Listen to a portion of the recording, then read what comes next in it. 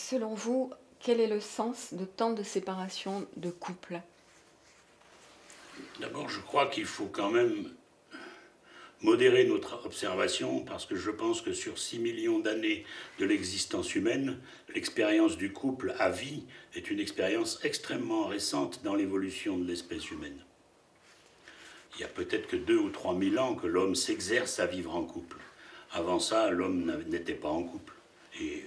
Et plus lointain dans l'histoire, il n'était pas du tout en couple. Les hommes et les femmes vivaient en horde, ils se reproduisaient sans sentiment amoureux, etc. Donc c'est quelque chose d'extrêmement récent. C'est ce qui justifie qu'il y a beaucoup de tentatives et qu'il y a encore beaucoup d'échecs dans cette expérience. Ce qu'il faut comprendre de cette expérience, c'est soudain, l'homme essaye de vivre intimement avec un seul partenaire, ce qui l'oblige de vivre encore plus intimement avec les blessures de ce partenaire, avec les imperfections de ce partenaire, que quand on peut changer de partenaire chaque fois que le partenaire nous agace. Donc on voit bien que l'effort de couple, l'effort de vie durable ensemble, c'est un effort d'acceptation ou de non-acceptation de la misère de l'autre. Est-ce que je vis bien avec les imperfections de mon conjoint ou est-ce que je vis mal avec les imperfections de mon conjoint ?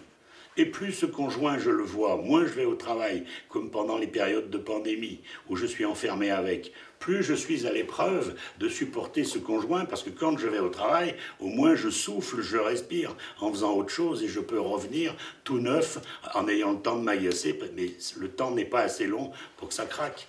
Donc on voit bien aujourd'hui que l'espèce humaine est provoquée par son conjoint dans « es-tu capable de supporter la misère d'un autre, celui que tu as épousé ?» Es-tu capable de bien vivre avec la misère d'un autre, celui que tu as épousé?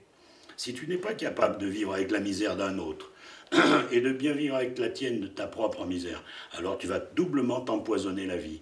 Tu vas t'empoisonner la vie de ne pas bien vivre avec ta misère et tu vas t'empoisonner la vie de mal vivre avec la misère de l'autre. Ce double empoisonnement fait les séparations.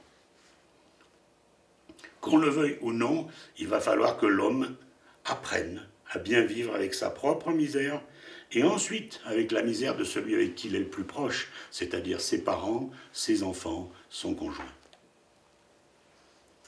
S'il n'y parvient pas, il y aura beaucoup de ruptures, beaucoup de problèmes, beaucoup de drames. Comme il y a des drames dans la famille, il y aura des drames dans le couple.